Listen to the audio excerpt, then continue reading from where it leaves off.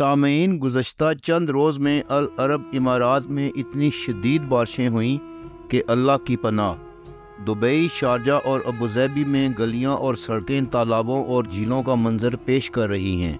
یہ بارشیں اس قدر شدید اور طوفانی ہیں کہ سال بھر کا ریکارڈ ایک دن میں ٹوٹ گیا ہے۔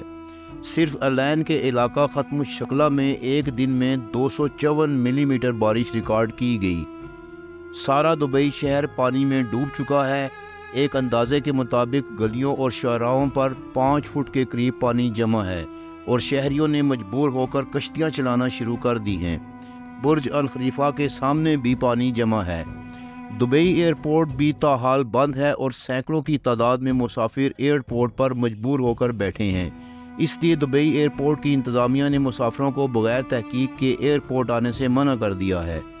دبئی شہر میں بجلی اور انٹرنیٹ کا نظام بری طرح درہم برہم ہو چکا ہے۔ اسکول، کالج، شاپنگ مال اور دکانیں تالاب بن چکی ہیں اور شہریوں کو پینے کا صاف پانی بھی میسر نہیں ہے۔ سامعین، مشہور زمانہ اخبار واشنگٹن پوسٹ کی ایک تازہ ترین خبر کے مطابق پچھلے کچھ دنوں سے مصنوعی بارش برسانے کی غرض سے دبئی کی فضاؤں میں مصنوعی بادل بنائے جاتے رہے ہیں جس میں نمک کا چھڑکاؤ کیا جاتا ہے۔ روزانہ 6-7 طیارے فضاؤں میں مصنوعی بادل بناتے رہے جس میں نمک کے ذرات شامل ہوتے ہیں۔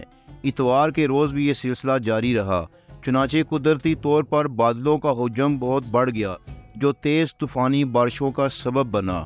محکمہ موسمیات امارات کے مطابق 1949 سے لے کر اب تک کا جو بارشوں کا ریکارڈ موجود ہے، اس میں اتنی شدید بارشیں اس سے پہلے کبھی نہ ہوئی ہیں۔ ادھر محکمہ موسمیات نے مزید بارش الرٹ کی خبر بھی دے دی ہے۔ آج کے لیے اتنا ہی۔ اپنی اگلی ویڈیو تک آپ سے اجازت چاہیں گے۔ اللہ نگہبان۔